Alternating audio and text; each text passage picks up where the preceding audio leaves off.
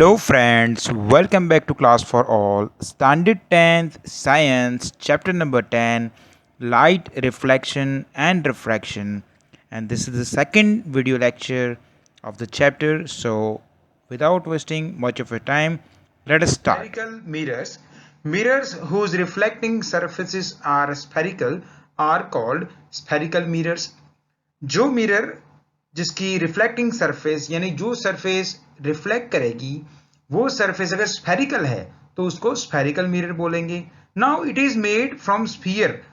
अब आपको अगर स्फेरिकल सरफेस चाहिए तो जाहिर सी बात है कि उसको बनाना पड़ेगा स्फीयर में से. What is sphere? स्फीयर यानी एक गोला, जैसे हमारे अर्थ का शेप है ना, वो भी स्फेरिकल है. तो स्फीयर मतलब एक गोला, एक अर्थ का शेप है. Now there are two types of spherical mirrors, concave mirror and convex mirror.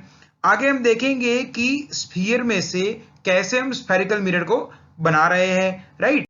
Now ये एक स्फीयर है, भले आपको 2D दिख रहा हो लेकिन ये एक स्फीयर है.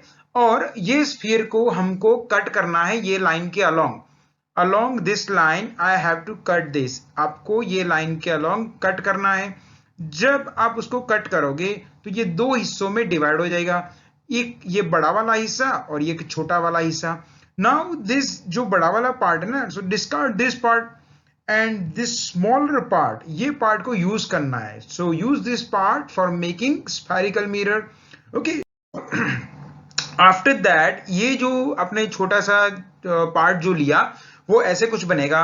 नाउ ये पार्ट को आपको क्या करना है? For convex mirror this surface needs to be silvered and painted.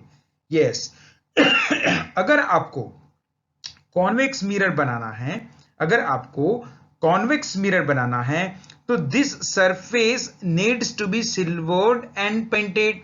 मतलब ये जो इनर सरफेस है उसको सिल्वर कर दो और फिर इसके ऊपर पेंट लगा दो. Now when you do this, आप जब ये कर दोगे ना तो ये अंदर की जो सरफेस है वो रिफ्लेक्टिंग सरफेस नहीं रहेगी. तो क्या हो जाएगा? ये बाहर की सरफेस है वो हो जाएगी reflecting surface. So for convex mirror this will be the reflecting surface.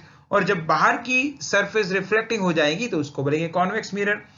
अगर आपको कॉन्केव मिरर बनाना है तो ये जो बाहर की सरफेस है उसको सिल्वर कलर से रंग दीजिए और पेंट कर दीजिए. So for concave mirror this surface needs to be silvered and painted. ये सरफेस को सिल्वर्ड कर दीजिए, उसके ऊपर पेंट कर दीजिए. तो उसके बाद क्या होगा? उसके बाद जो इनर सरफेस रहेगी ना, ये जो इनर सरफेस रहेगी वो इनर सरफेस रिफ्लेक्टिंग सरफेस हो जाएगी. ठीक है, तो इस तरह से आप स्फेरिकल मिरर को सकते हो, राइट. नाउ इन डिटेल हम पढ़ेंगे type of spherical mirror, concave और कॉन्वेक्स. सो कॉनकेव में क्या है? जैसा हमने आगे डिस्कस किया कि this is the reflecting surface, जो इनर वाला सरफेस है, ये जो इनर सरफेस है, ये इनर सरफेस अगर रिफ्लेक्टिंग सरफेस है तो that is called the concave mirror. और बाहर का जो सरफेस है दैट इज सिल्वर्ड मतलब उसके पे सिल्वर पेंट किया है और उसके बाद पेंट कर दिया है. सो यहां से रिफ्लेक्शन नहीं होगा, सिर्फ इनर सरफेस से रिफ्लेक्शन होगा. So a spherical mirror whose reflecting surface is curved inwards or faces towards the center of sphere is called a concave mirror, right. With that we have convex mirror. So convex mirror में आगे आपने देखा उस तरह से जो inner surface है उसको सिल्वर कलर से रंग दो और उसके बाद पेंट कर दो उसके ऊपर, तो ये जो इनर सरफेस है ना ये टोटली ब्लॉक हो जाएगा और यहां से रिफ्लेक्शन बंद हो जाएगा. तो रिफ्लेक्शन कहां से होगा? सिर्फ और सिर्फ रिफ्लेक्शन ये आउटर सरफेस से होगा, सिर्फ और सिर्फ रिफ्लेक्शन ये आउटर सरफेस से होगा. So a spherical mirror whose reflecting surface is curved outwards is called a convex mirror. A big thank you for all those who have subscribed our channel. अगर आपने अभी भी सब्सक्राइब नहीं किया है तो आप सब्सक्राइब कर दीजिए चैनल को ताकि आपको हर एक वीडियो के नोटिफिकेशन रहे. After that terms related to spherical mirror. देखो दोस्तों ये बहुत ही इंपॉर्टेंट टॉपिक है क्योंकि अगर इसमें आपको पता चल गया ना तो आपको पूरे चैप्टर में पता चल जाएगा. तो कितनी कितनी चीजें हैं? 5-6 चीजें हैं, जैसे principal axis, pole, centre of curvature, principal focus.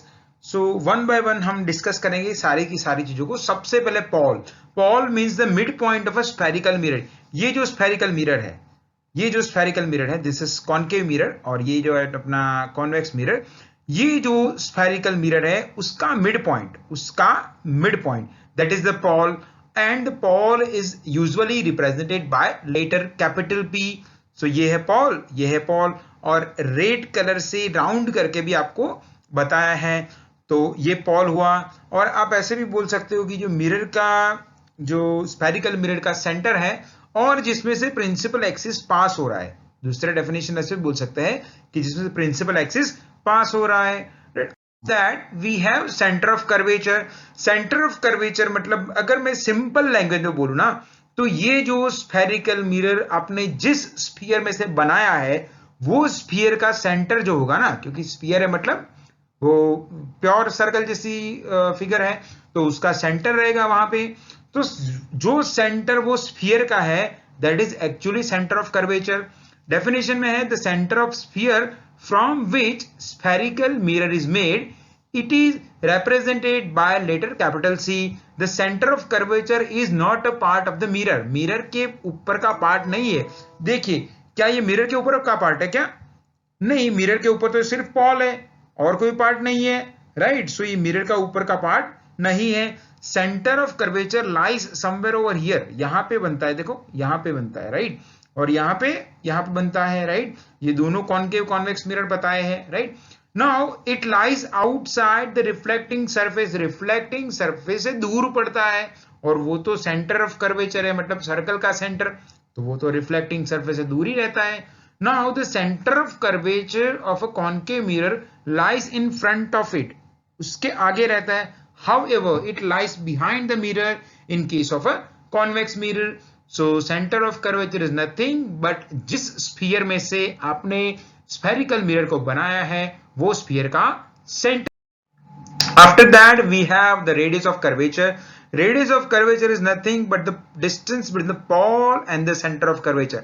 Paul हमने पढ़ लिया, पॉल और ये जो सेंटर ऑफ कर्वेचर दोनों के बीच का जो डिस्टेंस है that is known as the capital R, और ये जो कैपिटल आर है that is nothing but the radius of curvature. और ये एक तरह से जो स्फीयर में से आपने स्फेरिकल मिरर बनाया है वो स्फीयर का रेडियस है, and it is represented by letter capital R. Fine. After that we have principal axis. तो हम जानते हैं principal axis क्या है, दोनों मिरर में यहाँ फिगर में बताया है। A straight line passing through the pole and the center of curvature is the main or the principal axis. Principal axis is normal to the mirror at its pole. pole और pole में से जो line पास हो रही है और centre of curvature में से भी पास हो रही है, तो ये सिंगल लाइन है, single straight line which passes from center of curvature as well as P. So that is our principal axis. After that we have principal focus. All rays parallel to the principal axis converge at point between the pole and the center of curvature.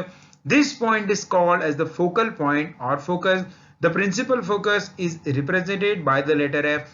Simple language में बोले तो मैं आपको ये बोलूंगा कि concave mirror हो या कॉन्वेक्स मिरर हो, जब प्रिंसिपल एक्सिस को पैरेलल कोई भी रे आती है, मतलब बहुत सारी रे प्रिंसिपल एक्सिस को पैरेलल आती है, तो आफ्टर रिफ्लेक्शन, मतलब अगर रे आती जब ये जो सरफेस है मिरर का वो सरफेस के ऊपर इंसिडेंट होती है तो वहां से ये रिफ्लेक्ट करेगी। अगर आने वाला जो इंसिडेंट रे है वो incident ray exactly parallel to the principal axis है, तो आफ्टर रिफ्लेक्शन ये जो अपना रिफ्लेक्टेड रे होगा वो रिफ्लेक्टेड रे एफ में से ही पास करेगा, और that is F is nothing but the principal focus. So जितने भी पैरेलल रे हैं, all rays parallel to the principal axis, after reflection they pass through the point principal focus, right? अभी converge यहाँ पे इसलिए बोला है कि सब इकट्ठे हो रहे हैं तो कॉन्वर्ज बोलते हैं, और अगर सब दूर दूर जा रहे हैं, मतलब रेज आफ्टर रिफ्लेक्शन अगर दूर जा रहे हैं तो उसको डाइवर्ज बोलते हैं, राइट? सो प्रिंसिपल फोकस समझ में आ गया।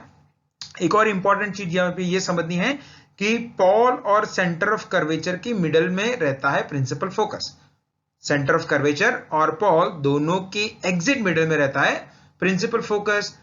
After that we have focal length. So that is distance between the pole and the focus, or focal length is half the distance between the pole and radius of curvature. F is R by two. जैसा just मैंने आगे की slide में बोला वैसा ही यहाँ पे है, F is equal to R by two, distance between the pole and focus. तो पॉल एंड फोकस और सेंटर ऑफ कर्वेचर दोनों के बीच का, pole and focus and centre of curvature दोनों के बीच का जो डिस्टेंस है वो सेम रहता है। So F is equal to R two. So the diameter of reflecting surface of spherical mirror is called aperture. अगर पूछते हैं aperture क्या होता है तो you have to write that the diameter of reflecting surface of a spherical mirror is called aperture.